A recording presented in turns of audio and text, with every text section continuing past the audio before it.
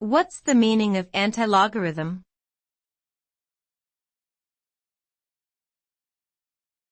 Antilogarithm.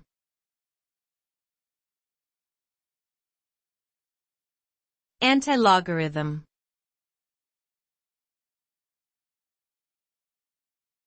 Antilogarithm.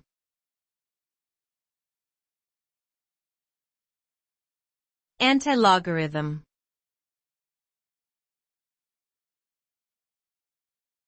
Antilogarithm.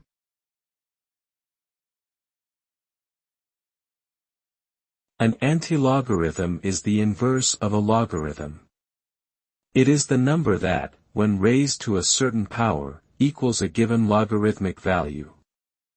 For example, if the logarithm of 1000 to base 10 is 3, then the antilogarithm of 3 is 1000. The result of an antilogarithm operation is a number in its original form, which means that it is not expressed as a logarithm.